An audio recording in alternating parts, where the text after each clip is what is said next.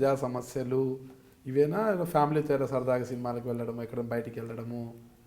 అంటే నేను సినిమాలు చూడక 10 years అయిందండి. ఓకే, చూడకూడదు సినిమా. అంటే గతంలో సినిమా పోయేవాళ్ళను, మధ్యలో ఈ కొన్ని బెదిరింపు కాల్స్, కొన్ని 2-3 సార్లు రెక్కి చేయడం నా మీద. ఎవరు?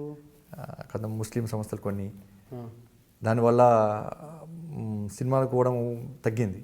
అంటే గతంలో ఒక 7 years బ్యాక్ ఒకటే ప్లేస్లో ఒక 1 hour కూడా కూర్చునేవాడిని కాదు. 2-3 సార్లు దాడి చేసే ప్రయత్నం చేసింది నా మీద. జరిగింది. 2-3 సార్లు లెటర్లు ఇవ్వడము. ఇట్లా జరిగినప్పుడు నేను కూడా పోలీసు ఒకళ్ళ సూచనల మేరకు నేను అలర్ట్గా ఉండడం. మావోయిస్టు ప్రభావిత ప్రాంతం కదా కరీంనగర్ జిల్లా కొత్త, అంటే మావోయిస్టు అని చెప్పిన మీకు తట్టునింది? మావోయిస్టులు తిరగటప్పుడు నేను కరీంనగర్ లోకల్కి సంబంధించిన వ్యక్తిని బట్టి కరీంనగర్ లోకల్లో మావోయిస్టుల ప్రభావం ఉంటుంది. మా రూరల్ ప్రాంతాల్లో ఉంటుంది కాబట్టి కరీంనగర్ లోకల్లో ఎప్పుడు మావోయిస్టుల ప్రభావం. ముస్లిం సంఘాల నుంచే ఇస్లామిక్ సంస్థలు కొంతమంది ఆ భావజాలు ఉన్న తీవ్రవాద భావజాలు ఉన్న వ్యక్తుల వల్ల ఉన్నాయి. కానీ ఎప్పుడు నేను భయపడలేదు. నేను దాడి చేస్తారని చెప్పి ఇంట్లో కూర్చోవడము. భయం అన్న పదానికి మీనింగ్ తెలియదా మీకు? నేను ఇక భయపడే వ్యక్తి ఎందుకు కరంగా రాను.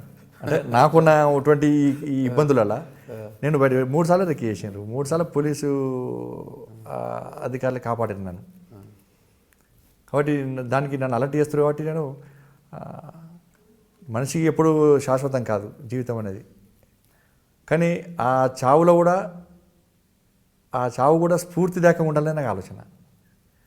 నేను స్ట్రోక్తో చనిపోవాలి లేకుంటే ఈ విధంగా చనిపోవాలి ఎప్పుడు నేను కోరుకున్నాను. భయం అయితే ఉంటుంది. నాకు మధ్యలో హార్ట్ స్ట్రోక్ వచ్చింది. ఈ స్ట్రోక్ ద్వారా చనిపోతే ఎట్లా? ఎంత మీ వయసు ఇప్పుడు? నాది ఇప్పుడు 46 అండి. అప్పుడే స్ట్రోక్ వచ్చింది. 5 years back stroke, 4 years back stroke వచ్చింది.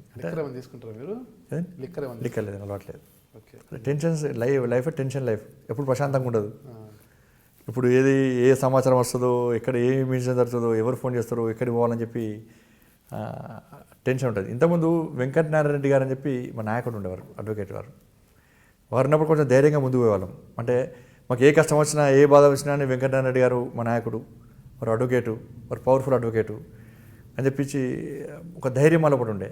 వారు మధ్యలో స్ట్రోక్తో చనిపోయారు. ఒక 4 years అయింది. దాని తర్వాత ఒక సంవత్సరం పాటు ఇబ్బంది పడ్డాం. అరే మనకు ఎట్లా ఇబ్బందులు వస్తే ఎట్లా అని చెప్పి ఇక తర్వాత మాది మేము కూర్చొని మనమే తయారు కావాలి అని చెప్పించి మనం ఆ ధైర్యంతో ముందుకు రావడం, ఇక మొండి పట్టుతో ముందుకు రావడంతో భయం అనేది నేను ఎప్పుడు భయపడలేండి. ఎందుకంటే తెలుసు ఏది జరిగినా అని సిద్ధమే ముందుకు పోవడమే ఒక ఆలోచనతో ముందుకు పోతున్నాం. కాబట్టి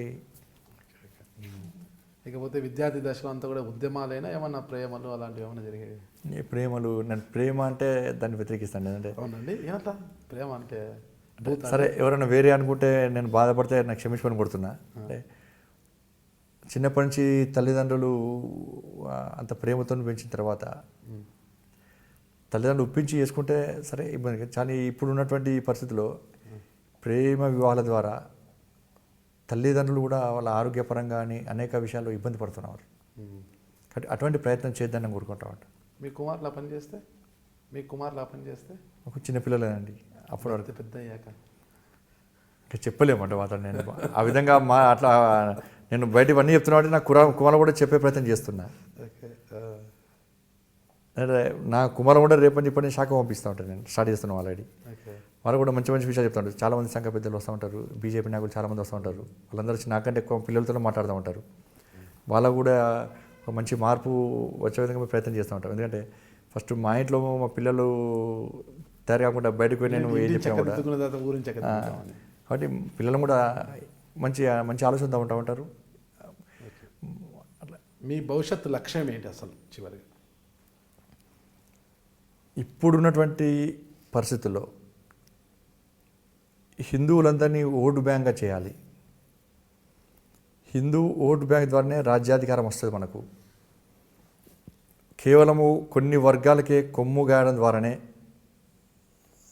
మేము అధికారంలోకి వస్తామని చెప్పి హిందూ సమాజాన్ని నిర్లక్ష్యం చేసేటువంటి పార్టీలకు గుణపాఠం చెప్పడం.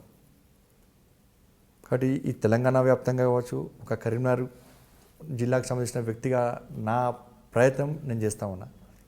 ఇది తెలంగాణకు ప్రభావితం అవుతుందా, ఇంకా కూడా ప్రభావితం అవుతుందో, ఎంతవరకు ప్రభావితం అయితే సంతోషం నాకు.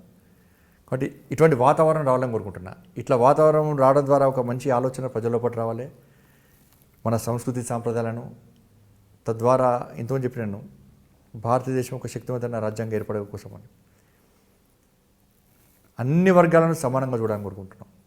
కాబట్టి ఇటువంటి ఆలోచన రావడం ద్వారా మాత్రమే అధికారాన్ని చేజిక్కించుకోవడం అనేటువంటి ఆలోచన మార్పు ప్రజల లోపల రావాలి, పార్టీ లోపల రావాలని చెప్పి నేను కోరుకుంటా ఉంటాను. ఇంకొకటి చివరిగా బీజేపీ రాష్ట్ర అధికార ప్రతినిధిగా కరీంనగర్ కాన్స్టిట్యున్సీలో మీరు బీజేపీలో 2వ స్థానం సంపాదించి మరోసారి ఎమ్మెల్యేగా పోటీ చేసే అభ్యర్థిగా చెప్పు తెలంగాణ ప్రజలకు కావచ్చు, కరీంనగర్ నియోజకవర్గ ప్రజలకు మీరు ఇచ్చే సందేశం ఏంటి?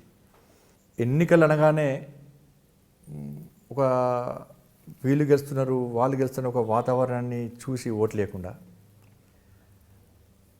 నిజంగా మార్పు కోసం తెలంగాణ రాష్ట్రం కానీ కరీంనగర్ జిల్లా కానీ ఈ దేశంలో అంతర్భాగం. స్థానిక సమస్యలతో పాటు దేశ సమస్యలను కూడా దృష్టిలో పెట్టుకోవాలి, దేశంలో ఉన్న పరిస్థితులను దృష్టిలో పెట్టుకోవాలి. దేశవ్యాప్తంగా మార్పు జరగాలంటే కరీంనగర్ నుంచి తెలంగాణ కూడా మార్పు జరగాలి, కరీంనగర్ కూడా మార్పు జరగాలి. ఇవన్నిటిని దృష్టిలో పెట్టుకొని ఈ కరీంనగర్లో జరిగే మార్పు, ఈ తెలంగాణ జరిగే మార్పు దేశానికి ఉపయోగపడాలి. కానీ అటువంటి వాతావరణంలో ఒక మంచి ఆలోచనతో ఓటు హక్కును వినియోగించుకొని